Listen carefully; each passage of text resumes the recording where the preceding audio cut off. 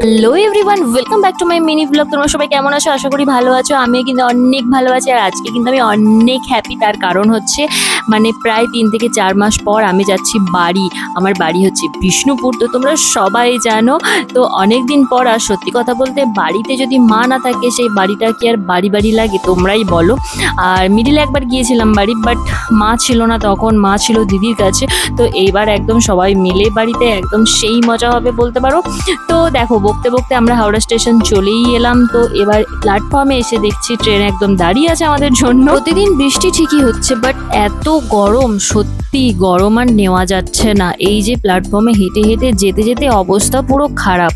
আর দেখো আমার সাথে কে কে আছে। আমার সাথে আছে আমার দিদা, এই যে দেখতে পেলে, সাথে আছে মা, আর সাথে আছে আমার বাবা।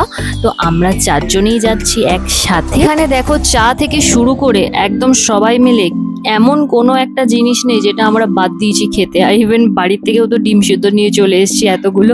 তো খেতে খেতে, গল্প করতে করতে, মজা করতে করতে আমরা একদম বিষ্ণুপুর পৌঁছে গেছি। আর এতদিন পর বাড়ি ফিরে কি যে মজা হচ্ছিল তোমাদেরকে আমি কি বলবো। তো চলো দেখা হচ্ছে নেক্সট ভিডিও। টাটা।